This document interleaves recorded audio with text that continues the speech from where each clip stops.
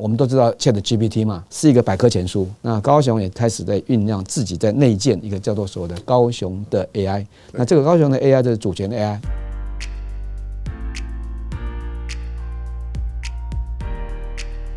好，各位财讯的观众朋友，大家好，我是谢金河，欢迎再度收看老谢开讲。今天我们从高雄请到我们副市长来到台北的摄影棚来录影。我想我常跟我们副市长讲，他到什么地方去，那个地方啊就会非常的繁荣。他在每一个岗位呢都交出非常亮眼的成绩单。所以今天呢，我们要来看看高雄在这几年的改变，高雄的未来到底会有什么样的发展的潜力？我们先请副市长跟观众朋友问候一下。谢谢社长，谢谢各位观众朋友，我是林清荣啊，非常荣幸能够参加这个节目，非常感谢哈，这个你百忙当中从高雄跑到台北来哦，要先跟副市长来看一下，就是说高雄这几年的改变。我常讲高雄会好，大家都不相信。那过去我们也看到85大楼耸立在那个地方啊，结果它一直都没有做起来。你相较于101那一种蒸蒸日上，那是差很多的。那我一直觉得说，这一种南北的失衡啊，如果情况没有改善，对台湾其实是很不好的哈。是。那高雄人在这几年他慢慢恢复信心，因为投资都慢慢聚落在高雄。那尤其台积电现在到了高雄来以后呢，改变是更大的。我们大概把高雄看一下，你看黄色小鸭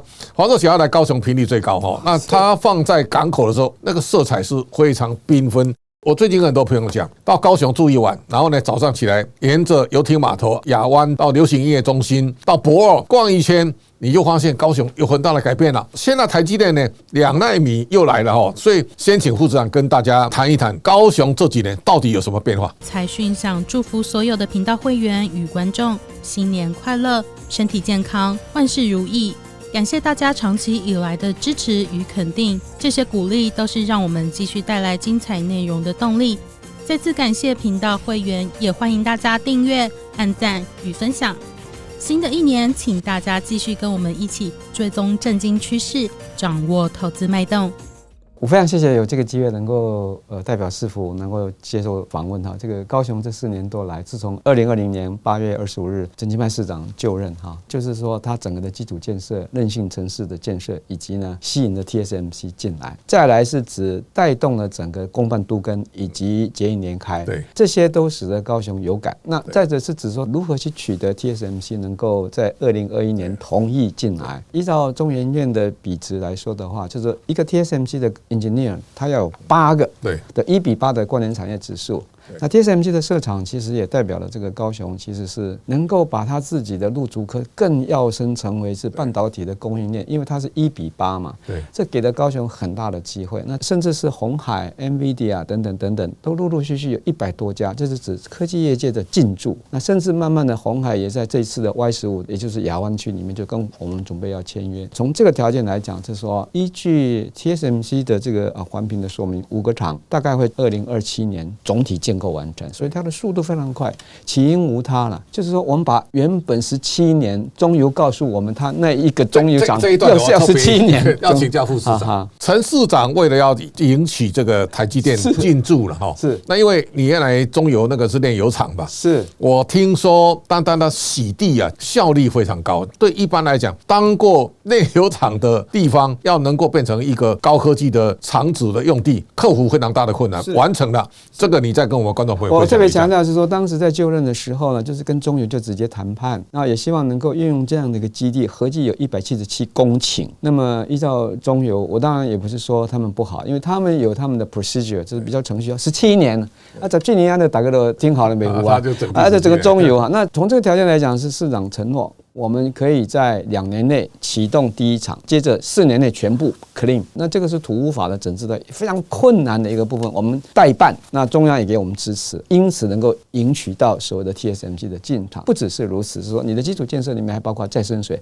高雄市应该是具有模范典范的，因为我们必须供应给台积电5个厂，每一年大概就10.5万吨，因为你要水电无虞啦。水的部分呢，我们合计有4个厂 ，BTO 把它成就起来。那这样的一个 agreement 就是一定要给他，因为现在所有属于高阶的科技业，它都被这个全世界要求要绿电绿跟这个绿水。我们就从这个条件就支撑这件事。TSMC 另外看重的是指我们的行政效率，因为它是在我们的既有的红线系统的2个站，一个就是油厂站跟所谓的这个试运站，园区就在我们的站区，它是全台湾唯一有捷运站的这个厂，现在要到高铁站就更近了哈。那当然，我们还是要储备足够的一些公办都跟社会住宅的量。我再特别强调是说，当我们就任的时候，高雄市从来没有办过公办都跟，对，也从来没有办过所谓的捷运联开，因为他在台北人很熟练，对，很熟练了啊。所以从这个条件来讲，也非常谢谢这个团队开大门走大路，4年之间就有7个案子。我知道你经常到高雄，会是在这个亚湾区这样散步哈。鸿海就是159亿，就是捷运联开的 Y15。再来的话就是所谓的鸿海，这是真来的，这是真的啦。以前都是支票开一开没有报到，这是他自己要独资的。我利用一张图来讲，他就任的时候呢，我们只是一个叫做红线跟橘线，但是他看重的是4线齐发。高雄捷运的经营是很困难的，现在好很多，现在就好很多了。尤其是这里的绿色的这个轻轨哈，它恐怕是全台湾最独特的一个。我们就任的时候面临一个最大的困难，前一任的市府是把它 pending 了2年，那我们快速的就让它复原，也就是在2020年的11月，我们8月就任，11月就开始动工，路线不变，路型改变，让大家能够社区也能够参与，能够理解。那这个案子在2024年的话，提前2年完成，几乎是创造了一个城市的心脏。因为它有10年的一个叫铁路地下化，产生原道。随着这个轻轨，我们保存了小叶榄仁，那同时在这个大顺路一带有保持了雨豆树。雨豆树是在南方很重要的一种树。所以轻轨其实是很有趣的一件事情。而且这个轻轨呢，当它没有成云的时候，是孤零零的，叫做所谓的观光旅游的。但是现在的话，超越我们的预想，就是说这个轻轨成为一个会蹦蹦蹦蹦，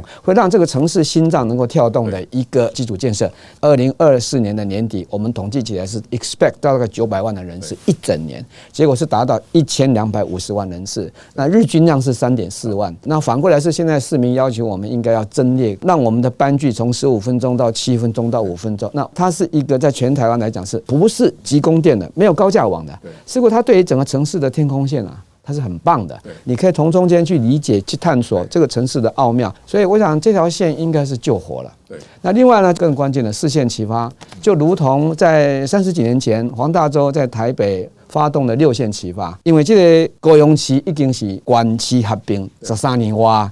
似乎它原本的谢长廷所做的就是局限于整个高雄市，现在是县区往前伸所以这个4线齐发的话呢，在我们的专业上所讨论的一个城市的这个结构力以及它的动能的量力，是代表它的财富，也以及代表它未来发展。陈其迈就任的时候合计呢是在2020年上任的时候是51公里的 mileage。52个站，到了今年截止的话，2024年年底迈进到64公里，那同时是有72个车站已经形成了。我们会留给高雄112公里，记得哦。台北的话，大概目前是258公里数，因为它已经有40年的经验了哈。那我们才10多年的经验，但是它的捷运站会114，这一个事情是会跟 TSMC 以及所谓的 S 廊带大南方计划就会这个相互结合。它是一个领头羊所以这件事情终于底定，176.4公顷这个说的，差不多4年来全部 clean 这个事情来讲的话，依照这个 TSMC 的说法是8000个人。这样的一个结构是使得我们有信心，因为咱一种都是北漂。依照 TSMC 的说法 ，P5 厂预计是在2025年动工，2027年就全部要完工。所以速度是惊死人所以我们要的是该有的配备要做好。更关键的事情，也人才未都要来。我们很幸运的，在2024年的1月初，分别把清华大学的分部以及阳明交大的大学的分部，他们在高雄愿意承诺设置分部，那么让他的校舍我们来兴建。这2所国家顶尖的，它着重于 AI 半导体制程跟光电以及 ESG 这个系统，结合我们在地的18所，我们是跨校际的国际研发园区会设置在左营，巩固了这个北边的这个成为产业聚落。那相对的，我们至少可以有这样的一个实力。你现在讲北漂现在讲开始要注意有点南漂的2025年的时候9月份，这2所大学都会正式的开学，有人才，有运算力。有高阶制程，然后再来说引发的这种叫做公办都跟。现在周边我要特别请教副市长，就是说我到路竹去看的，路科现在看起来也很状况，它原来说生技园区嘛，器材的厂商也进驻了，我也看到像文茂那很大的厂。好，现在冈山科学园区也上路了桥头我们大概看到就高雄现在不断的在发展，是这个整个未来的整合这个力量到底有多大？回到这个所谓的10大建设，高雄被分配的是叫做重工业。对啊。那随着国力的这个发展，台湾站在这个全球的战略地缘里面，而且它自我发展出一个叫做全世界半导体的领先地位。所以那个角色改变是什么？楠梓科技园区，对，我们的楠梓加工区啊，现在在科技园区了。你去，你看日月光有多大？然后我去过微影啊，它这个周边都起来了。是啊，所以林董事长、林微影他们这一系列的哈，那在高雄也有继续投资。所以我是想，不是说分一杯羹，而是你要有主题的，能够吸引他们来。那 TSMC 设是一个领头，它引发的所谓的8000人，你乘以8，你就可以意识到你有多少的住宅需要提供，你有多少的学校要提供。所以我们也很幸运的得到的国科会的补助，将近有30几亿，就赶快做10中10小。那另外呢，回到这个城市的这个条件里面，你不能老是谈科技，我们必须 livable。现在就是说休闲，你看到休闲也很重要。我那一天经过流行音乐中心，看有人在划船呢，是，游艇码头也有了哦。我有一天住在诚义哦，起来之后我就沿着这样跑到五福路那个登山口，是，哎呦绕一圈哦，高雄这么美哦。我说大家要真的是欣赏一下，因为整个城市改造以后，现在在港湾的那种味道哦，这个其实非常漂亮。这个是游艇码头嘛哈。第一个呢，陈市长在智荣的规划，我有一次住在万豪啊，我起来沿着那个爱河边两侧跑一跑，我觉得这个也变得很漂亮啊。是，所以我最近为什么对高雄赞不绝口，就是说高雄整个市容就改变了。还有一个有了流行音乐中心之后呢，我发现最热门的说演唱会，年轻人是不得了，那个买票买到疯狂哦，所以。市长在这一块其实贡献非常大。是这个，你来跟我们说明一下。我当然我的监管部分是比较属于经建跟所谓科技发展以及所谓智慧城市基础建设。那另外有几件事情是由李副市长在主管。我用这张图就可以看得出来，就是说利用演唱会经济创造出489亿的周边的这个发展。那么这包括 Blackpink。那也包括这个 Coldplay， 然后甚至是五月天等等等等。高雄得天独厚的是有所谓的一个非常棒的一个捷运系统，那它可以一个时间里面，包括我们的适应主张7万人，高雄巨蛋4万人，然后呢駁二8万人，同时是要有个 SOP， 用智慧城市的监控系统去疏导它。那另外来是这个来者啊，大概 local 的 people 大概只占30%，70% 都是来自于高雄市以外的。那所以似乎对于我们来讲，就是我们的 revenue， 因为它来观光嘛哈，所以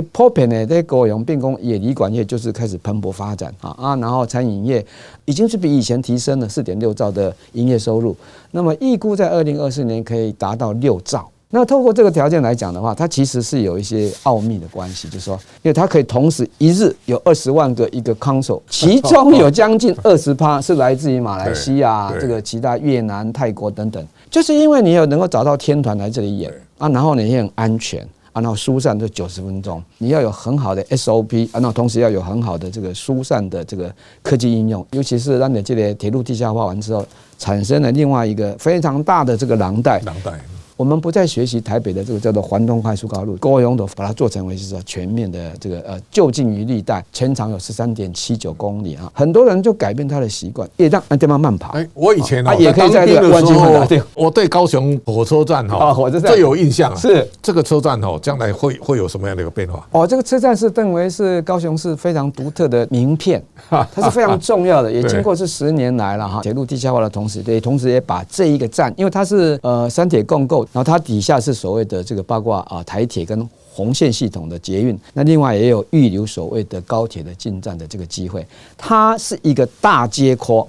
那比较咱台北桥头，我在台北市政府担任副市长的时候，是把那个7期门户计划，把那个匝道给6天的战争就把它拆了嘛然后让这个北门重现。它的结构性就是我紧紧的记住，就是说你要把公有土地拿出来释放。大都更计划是陈其迈交代我应该要大力来协助就如果说高铁进站的话，应该要使它成为一个 hub。高雄从这个城市的战略规划来说的话，它以后会有3个核心，一个呢就是在左营地区的，第二个呢就是这里所围成的湾区。是个 hub， 就是亚湾区，它是个 hub， 而且这个 hub 呢，是因为它是得天独厚，能够把这个城市的旧城区跟这个整个的湾区是结合在一起的。然后你要把它引导成为亚湾2.0，有新的科技业、AI 的创新业都直接进到。那第3个 hub 就是在凤山，因为它有拉拉破，然后它同时有一些高的这个捷运系统，比如说那这个卫武营那么从这一个条件来说的话，就是说高雄有大概有这个实力，也实力就是讲用伊的化工业都去转型成为高科技。市长也看得很远，他认为净零是必然的。包括碳中和产生碳权，如何产生碳汇，那这些是要碳交易。那另外，他也积极在争取所谓的亚洲资产管理中心放在亚湾。也谢谢这个财讯哈，最近2024年的报道是我们大满贯。记不记得我们在2022年的那一年就任的时候，如果论起智慧城市，我们是在6都里面的末端班，这是我们弯道超车哈。现在如果谈起智慧城市，高雄市是叫做说都排在前第1名哈。那我们也很自傲的说，这些事情是不是口号啦？它是直接落实在市民的身上了哈，包括熊健康啦、农业啦哈、无人机啦哈、这个港湾啦，那么以及所谓的绿色通道跟所谓救护啦、防灾啦，这种都是这边啦哈。离来的是讲也用在这个交通面上也很多都是用所谓的高科技的 AI 应用，所以现在慢慢的智慧城市会从1.0进入到2.0啊，我们也会建立一个叫做高雄的灯塔计划，也正在筹拨啊。我们都知道ChatGPT 嘛，那这个呢？是一个百科全书，那高雄也开始在酝酿，在自己在内建一个叫做所谓的高雄的 AI。那这个高雄的 AI 就是主权 AI， 它不再是所谓1.0的智慧城市，都是一个 silo 一个 silo， 它会把各个局处串接起来。所以呢，智慧城市在这个地方，我们得到了非常多的奖，得到40几个国内跟国外，所以这个都是在世界上所得到的奖啊，甚至防毒、警政、卫政，那么社政。熊健康，那么以及造老等等，智慧科技是最容易应用，但是你要落实到市民有感。然后第二个就是净零，高雄几乎是出产了所谓的全台湾的碳排的20%，劣势要转成优势，你要把它转成这个碳权的交换，让我们自己的空气品质会更好。这市场很重视，伊家己摕4张国际证照啦，我看他摕2张啦啊，你得包括一些盘查啦哈，那个碳足迹啦，你都爱用所谓的这个ISO 的这个训练，你都爱去上3工的课，你都爱摕那个证照。所以他要求每个90等的科长，每个人都要去上课。你照或都跟你所对接的企业啊，你也可以诱导他。那当然也非常谢谢高雄，无论是所谓的扣件业啦哈，或者是中钢啦、中油啊，以大带小，他们也分别产生出非常多的这个新创事业。更重要，它要商业模式化。那今嘛出来的是讲国发会3年前就指定高雄市是大南方的一个对象于东南亚最重要的国际基地，是我们要把它输出。菲律宾全国副市长大会也邀我去演讲，那我也同时跟他们谈这个智慧科技的应用，那他们非常的 surprising， 然后也希望高雄给他们有一些机会。那第二个呢，就是到 Malaysia 的这个 Selangor State， 他也希望能够把我们的一些智慧交通的应用海外输出、整场输出，那我们都保持着互动的一个联系。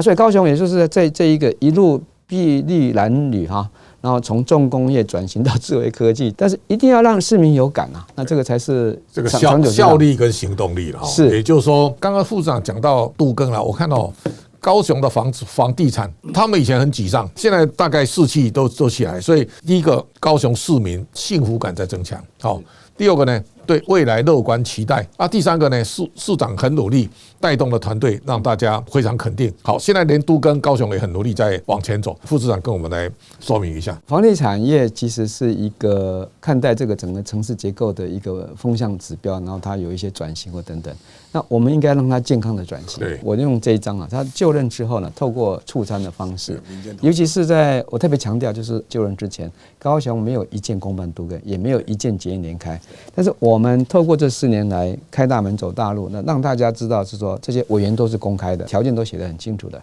因此大家就是有了这个7件的这个联开都签下来，然后再来是说公办都更的话，也将近有13件这样的一个指标，是1900多。等于赚了一个股本，这当然也包括不只是公办都更跟这个所谓的捷运联开，也包括一些所谓的 BTO 啦、公共基础建设啦或者医院等等。但是大量的就是放置在公办都更，因为那量比较大。我这么为什么说赚了一个股本呢？1918亿等同于什么？也就是我的税入规模就是1900啦。我等于可以驱动另外多1年的预算，那直接加速这个开发。那这个开发会使得房地产会觉得比较有一个量能。那有些年轻人的房子怎么办？我在中钢附近看到那个社会住宅很大，对，我那个社会住宅很大。那社会住宅是说，我们的政策是指说22000户是我们自己做，也你拿好地来做社会住宅，我拿好地，而且任何的一个社会住宅是要用这个市场价格的70%，甚至是你有不同的身份的话，有5折的优待。我想我们如何帮助需要住者哈，他能够住得起，所以22000是我们的 minimum 啊，这个是跟国家住都中心内政部的合作啊，这个22000已经超过台北了，而且这个都已经是陆续开工了哈，那这个还会再增加。那这几个站子，你可以利用这张图去看哦，它都是在捷运站旁边，让这个年轻人也在这个房地产这个发展这个同时，让他也有这个选择，尽量兼顾到各种收入阶层的人啊，然后呢，把精华地卖 cake 就直接推出来，啊，捷运站旁边就直接推出来。我是觉得这个社会住宅是天经地义应该做的。那赖总统也有宣示，那未来的这个8年，他还是要做100万的这个社宅，用透过各种的新建方式跟出租，我们极力的赞成。总的来讲呢，哈，我是想这个幸福要有感于市民，不要自己自吹自擂。那第二个呢，你实质要让人家让所有的市民都看得到，那也让外界看得到，让国际看见到高雄的这个机会。所以演唱会是我们的策略。第三的话，这个城市已经面临到一个新的战争，将来的这个全世界的竞争是你的运算能力，你的人才的能力，不进则退啦。但是政府讲哈，我们如何用以工来代施啊？那么从这个无到有。然后呢，我们已经到了这个促餐民餐已经达到了另外一个股本1900多位，请各位记得这个节目干单啊。今年年底我们渴望也是继续连任招商王，将近有500亿。那明年的话，我们也会上看将近有另外一个700多亿，这是高雄必须走的路了哈。那另外从这个条件来讲，社宅也必须大量的提供。所以都要继续去走啊，尤其是这个年轻人一旦进驻了，我们也要对 TSMC 的一些员工也好，或者是1:8的这个另外的这个协力厂商，我们要提供。过来清大也要来，阳明交大也要来。所以我想，我们应该要把自己的人才给培养出来，这是高雄必须要去做的。行政效能更是重要。听完了，我都很想移民高雄。这个高雄的未来，我相信今天我们林副市长他把高雄的发展的轮廓非常详细的来跟大家做一个沙盘推演。我相信未来它一定会是一个宜居的城市，也是台湾众多企业呢大家兵家必争投资的聚焦的焦点。高雄市民他也会在这里找到一个未来美好的幸福感。今天非常感谢副市长代表市长来到我们节目现场，我相信林副市长在旁边帮忙，高雄力量会更大。谢谢。高雄是一个温暖的城市，希望大家能够给高雄个机会，欢迎来高雄，我们欢迎你。谢谢， OK， 谢谢副市长，谢谢大家的观赏，下周同一时间请大家继续收看。